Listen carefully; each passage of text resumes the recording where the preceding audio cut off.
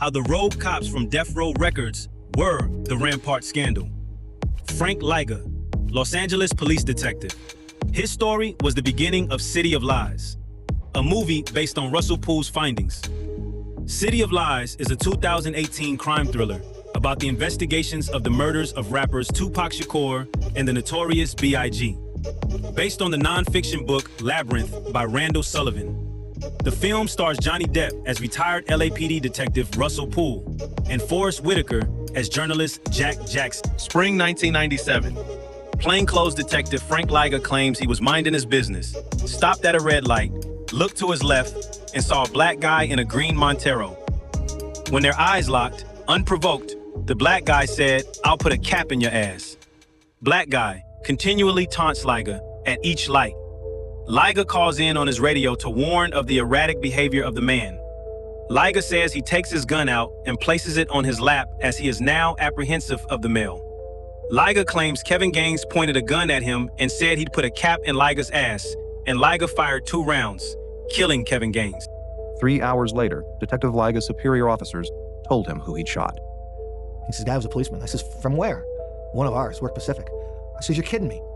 LAPD officer Kevin Gaines was gunned down by one of his own, killed on Tuesday afternoon in North Hollywood by an undercover officer. This is it. The echoes of the OJ trial were still in the air when Johnny Cochran took up the case of that road rage incident. To Cochran, it was as clear as black and white. A black man killed by a white cop. He filed a $25 million lawsuit against the LAPD. Johnny Cochran was retained by the family, the ex-wife. And immediately, you immediately saw in the media the race card being flashed up. Right off the bat. I was labeled an out-of-control, racist, white cop with a history.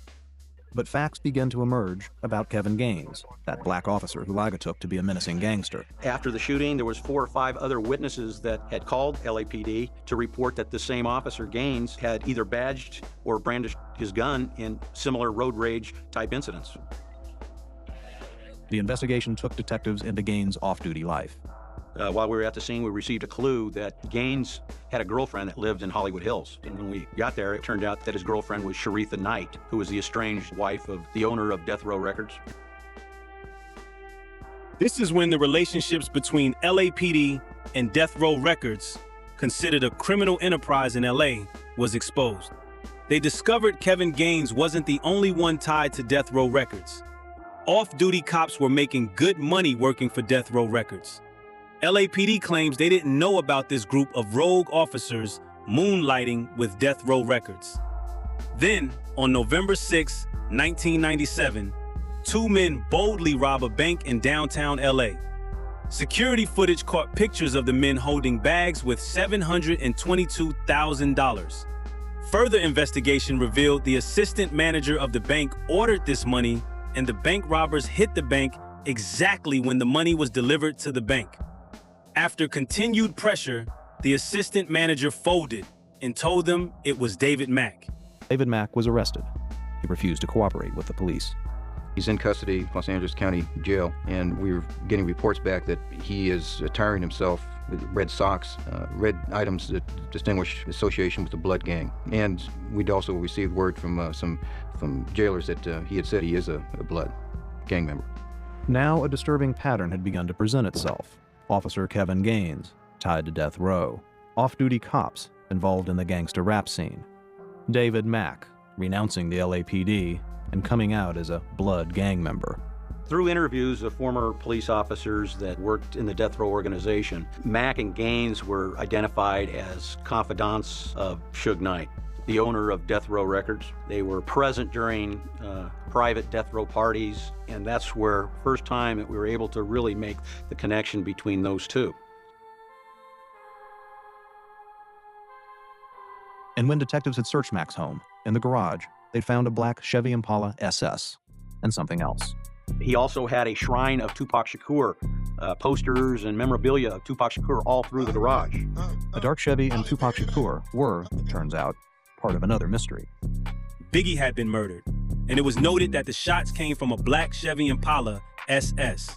The car in Mack's home was eerily similar.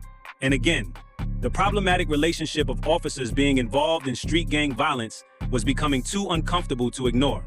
It's a black Chevrolet SS with chrome wheels. And I believe there was a limited amount of those vehicles sold here in California. And when we searched David Mack's residence, a vehicle similar to that was found in his garage. And about 10 or 10:30 in the morning, Lieutenant Hernandez approached me and said that we had a call out that there appeared to be some narcotics missing from property division. 6 pounds of cocaine were missing. Within a week, detectives had a suspect. And so we began to look at officers assigned to narcotics division who would have had knowledge that narcotics was there. And actually, the lieutenant in narcotics division gave us a possible name of Raphael Perez, who fit that description. He spoke fluent Spanish, obviously with a Puerto Rican accent, and he had black features. Raphael Perez, on the force he liked to be called Ray, was a former partner of David Mack's. He was that friend who earlier had checked out clean. They had been partners together in an undercover narcotics assignment. They had been involved in an officer-involved shooting in which Perez had claimed Mack had saved his life. And that's when the name of Ray Perez and David Mack was connected, that they were good friends. So now that set off alarm bells everywhere that, okay, what are these two guys up to? Investigators discovered that Ray Perez and David Mack were partners in the high life.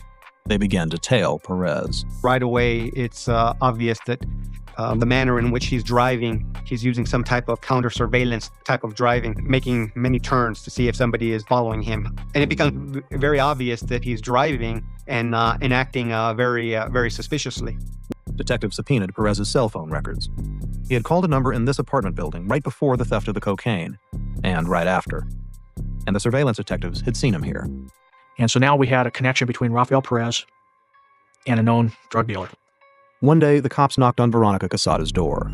They found Veronica, her pictures, money, drug paraphernalia, and Veronica's brother, Carlos Romero.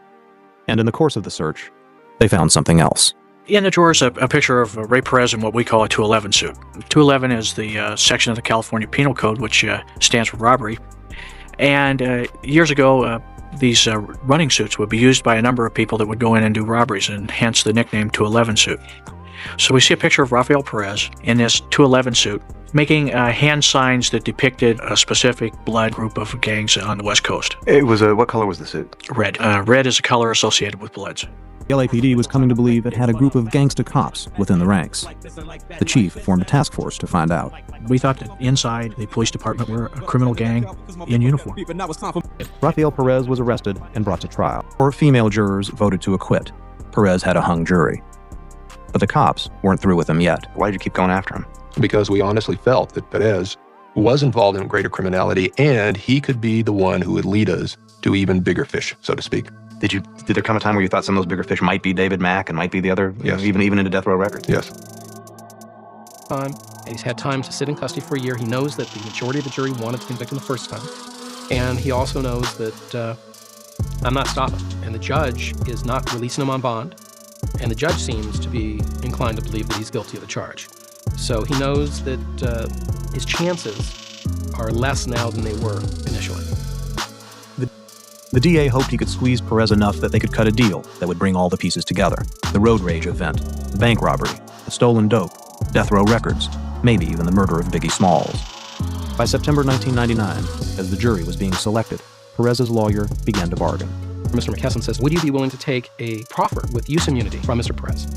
The feds call it a queen for a day. And what you do is you take a statement from a defendant or a suspect, and you agree that you cannot use that statement against them in court or anything that you learn from that statement against them in court. Rosenthal agreed. The moment was finally at hand. Courtroom is locked, and it's Mr. Perez, Mr. McKesson, myself, and the court reporter. But the story Perez decided to tell was not at all what the investigators expected to hear. He told them nothing about Kevin Gaines, or David Mack, or Biggie Smalls. Instead, he turned them and their investigation toward a kind of misconduct he knew they could not ignore. When Ray Perez spoke of taking on the gangbangers in an area called Rampart, he was describing about the most densely packed and dangerous piece of Los Angeles. Perez told how he and his partner, Nino Durden, framed gang members and shook them down for drugs and money. There are sections of Rampart nobody would want to live in. It began with a shooting gone bad. And he tells me that there was a shooting incident that happened back in October of 1996 where he and his partner overreacted. They shot an unarmed man, and then they planted a gun on him. Perez's partner at the time was Nino Durden. They had shot a 19-year-old gang member named Javier Sniper Ovando, framed him, and testified against him in court. Now the prosecutors wanted to know every detail. Within a week, Judge Larry Fidler signed a writ of habeas corpus, releasing Ovando. Well, it's horrifying. I mean, the purpose of the criminal justice system is to see that justice is done, to see that the law is followed equally to all people, but especially when you're a criminal judge, is to make sure that you don't put any innocent people in prison. Ovando, paralyzed by the shooting, was convicted by a jury that was convinced by the false testimony calmly delivered by Ray Perez. Ovando was sentenced to 23 years and had already served 2.5 when Perez, cornered and seeing a chance for immunity, finally confessed to the frame-up. Motto was, we intimidate those who intimidate others. That was our motto. Bottom line. And that's what they bragged about. Perez said crash cops had their own code and their own logo, a skull with what is known as the dead man's hand, aces and eights, even special plaques for shooting suspects. We give plaques. There's a thing called being in the loop, being involved. I would say that 90% of the officers that work crash, and not just Rampart crash, falsify a lot of information. They put cases on people. And I know that's not a good thing to hear, but there's a lot of crooked stuff going on with LAPD, especially LAPD specialized units. Prosecutors wanted to know everything. Perez was happy to oblige, but he needed a little help. He asked to see the arrest books from his unit. The prosecutors turned them over. He'd go through report by report, and he'd put one in a stack that we need to discuss on the record, and the other in a stack that he was either unaware of any misconduct or the case was fine. It was a role that Perez seemed to take to. He was eating this up. He knew that he was the star, and he was going to take advantage of it to the utmost. Sometimes his stories would change. Perez's secret revelations had been leaked to the Los Angeles Times. Efforts to crack down on corruption are far from over. Creating a firestorm of controversy. Changes for the department. The Furies in the city were released. A key player in LA's biggest police scandal. He speaks a little English, a little Spanish, and a little French. Police critics, community activists, and plaintiffs' lawyers saw their chance. Some weren't feeling the shady gang members being allowed back on the streets. Some of them had murdered people. Not to mention, they now had won mad settlements because of Perez's testimonies. Picture that. Perez went in on the police, the very crash unit he himself was a part of, claiming to have been manipulated by the climate of this unit. They had their own logo. Perez claimed Crash would perjure themselves against gang members to cover their own misconduct. In other words, Perez seemed to have continually beat these people at their own game. Perez implicated officers, causing termination and criminal charges in 6 cases. Altogether, there were 70 officers implicated in some type of misconduct. But how much of it was true? Of the 70 officers, 5 were terminated and 7 resigned. But these officers inevitably beat these charges and won huge lawsuits. LAPD could no longer afford their deeds. The city decided to award Javier Ovando its biggest police misconduct settlement ever. It reflects substantial injustice that happened to not only Javier, but to our community. And it had to be an amount that I think that would bring attention to everyone and compensate Javier reasonably. And there was a record settlement reached by Mr. Hahn, the city attorney, Mr. James Hahn, and myself for $15 million. 15 million? 15 million. How many are there now that you represent in the 60. Rampart? 60. And you had one huge settlement already, right? How many people? I settled 29. What amount? The gross amount was $10.95 million. This is a matter of people of California versus Raphael Perez. Perez's stories about bogus arrests kept Judge Larry Fidler busy, overturning nearly 100 criminal cases. You had somebody who now is saying, I did all these things wrong. I lied, I planted evidence, I did this, I did that. The prosecution then said, we've lost confidence in the conviction, not necessarily that they're innocent. Much of what Perez has said about police corruption in L.A. is sergeants and a patrol officer are being charged with framing a gang member. 70 Los Angeles police officers are under investigation. Well, one simply has. And of course, the pressure was there on all of us. Let's move right now. The pressure was on the chief. Get this behind you. Let's get rid of those bad officers and let's clean up this department. Almost no one seemed to believe the cops would be convicted. For one thing, the chief architect of the scandal, Ray Perez, now could not testify.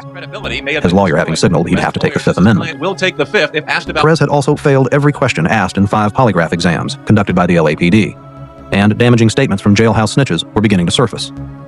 This one claimed Perez often bragged that he could put charges on anyone he chose. And what about those gangsta cops the police and prosecutors hoped that Raphael Perez would tell them about? You get him to confess, to plead, and flip him. He's now going to tell you a lot of things. Right. Does he tell you about David Mack? No. Did he tell you anything about Biggie Smalls' murder or any of that stuff? Does he tell you anything at all about any of the other fellows that might be involved in the bank robberies or any of that? Nothing.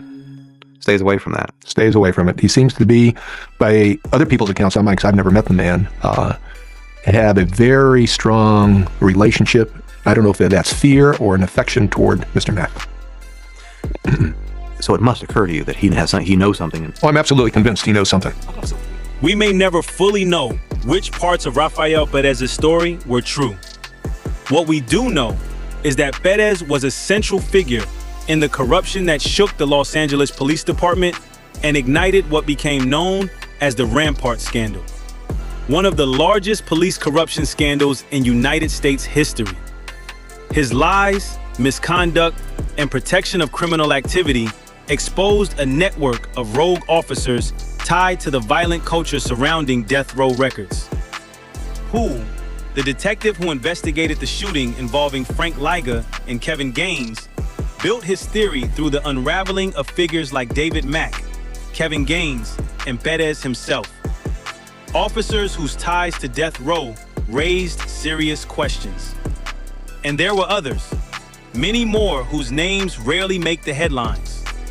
These files are not meant to tell the entire story, but to show just how deep the corruption ran. So deep that it helped give birth to the Rampart scandal itself. Sooner or later, the truth has a way of surfacing. And when it does, the Los Angeles Police Department will have to confront the past and answer the questions that still surround the deaths of Tupac and Biggie. Only then can one of the most traumatic chapters in pop culture finally be put to rest. This is Pearl Productions. Peace. Sobe fumaça na praça, passa dia, passa hora e minha dor nunca passa. Vejo vários comédia que não segura a responsa. No CLT ou no tráfico, eu só quero as onças. Nunca dei o meu pé e sempre honrei o meu nome. E a criptonita acabando com o super-homem. E a Mulher Maravilha que conquistava os amigos. Hoje cata latinha e tá fedendo a mijo. Liberdade aos irmãos, pau no cu do promotor. E vou deixar uma